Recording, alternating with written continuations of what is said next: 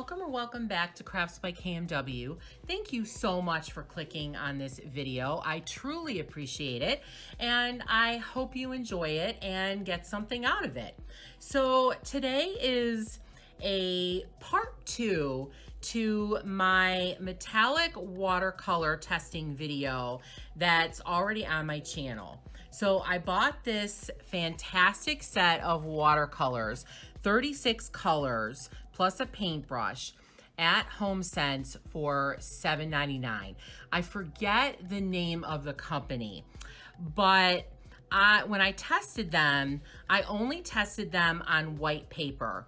And one of my fabulous subscribers, Julie, thank you, Julie, pointed that out to me and asked me if I knew how they work on black paper. And I was like, I don't, so let's test that. So I have some black paper right here. This is very porous paper. It has a lot of tooth to it. I don't know if you can see the tooth, but it's very toothy paper. This is, I'm not sure, I think this is Strathmore scrapbooking paper.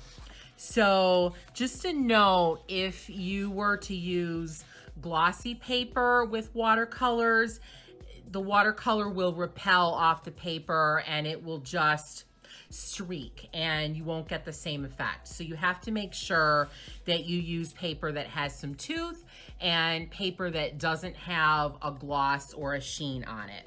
So I'm gonna try several different colors. So I'm gonna start with white here.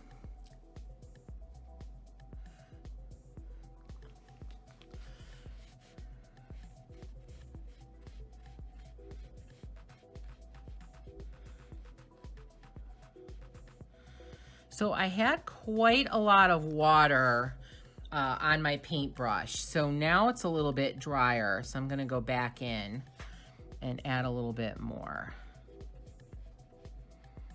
So it definitely becomes darker as you add color, as you add layers. And of course, with watercolors, you can see the paper. You can see the tooth and the ridges and whatnot of the paper underneath. So just be aware of that the paper really matters when you are using watercolors. I actually like this look, so I would use this on this type of paper, but many of you might not like that, so just keep that in mind. So now I'm gonna try another light one. I'm gonna try one of these yellows. I tried not to have as much water on my paintbrush this time.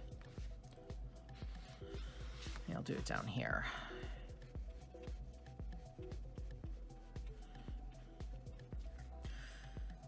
So these paints are obviously and definitely not high quality artist grade artist quality paints. So to get some deeper color and opaqueness, you do have to use several layers.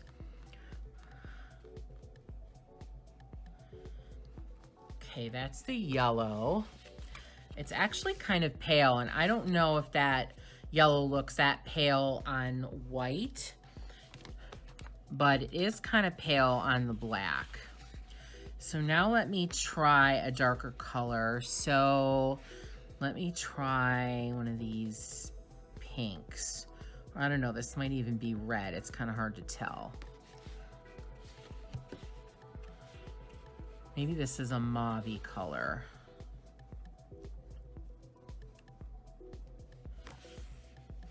So again, I'm putting several layers on here.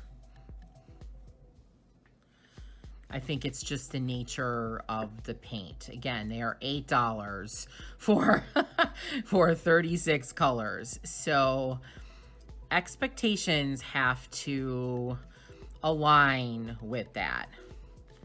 So there's that mauve color. And really, there's not a whole lot of difference between these three. They're still drying somewhat, so hopefully they'll dry a little bit different. We'll see. So now let me try some of the darker colors. So I'm gonna try a rich purple.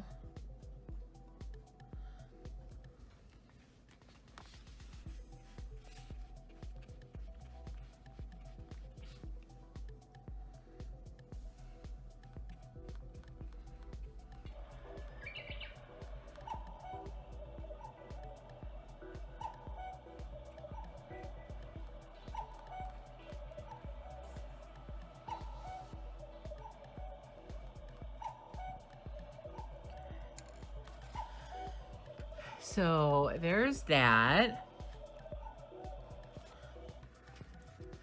I am curious about what this looks like on white. So I'm trying to see if I have a scrap sheet of paper. Okay, I do.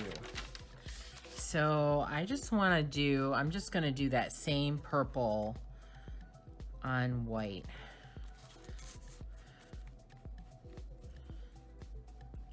And this is really junky paper, so so this looks really good even on this paper. So there's a color comparison. So obviously the color on the black is very muted, very soft, and not anything like it appears on the white. I'm gonna try that yellow now. I don't remember which one I used, but they're both pretty similar.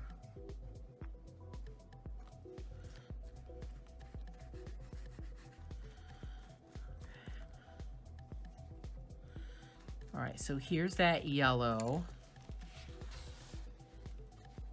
Again, the yellow is very light and muted on the black. And to be honest, I don't know if it is just a function of this black, again, because this paper is so toothy and has a lot of texture to it. I don't know if that is impacting. So this white should be dry now. So I'm gonna go back over the white again to see if I can darken this up any. Or opacicize this. I don't know if that's a word. I guess it is now because I just made it up. Okay. So it does look a bit darker, definitely. So I think with more layers, you'll definitely be able to darken this up. So I just added some more of the purple. And now you can see the purple much, much better. And I think if you keep going and keep adding layers on here, it would keep darkening up. So with a super porous paper like this, a super textured and toothy paper like this, you definitely need to keep adding layers. So let your layers dry and then add some more. But it definitely does show up.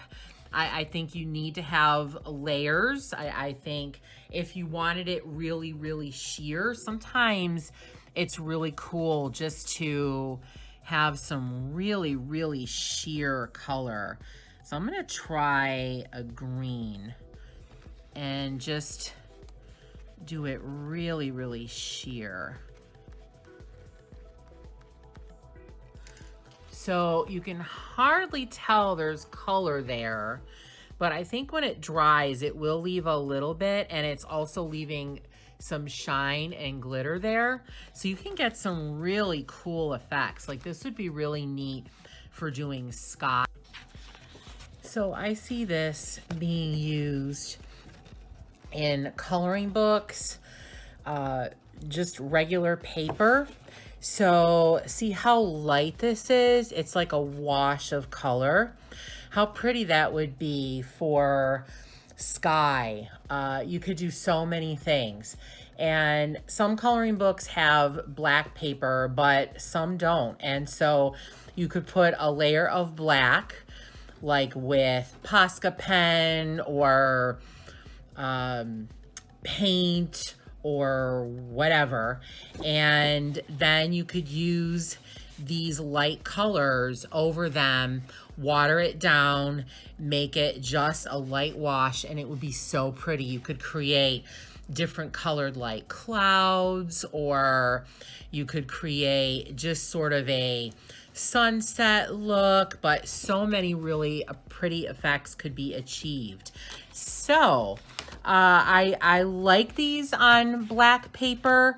There's definitely a learning curve, so you have to take into consideration the type of paper you have. If it's really porous, you will need to use more layers to get any opacity that you would like.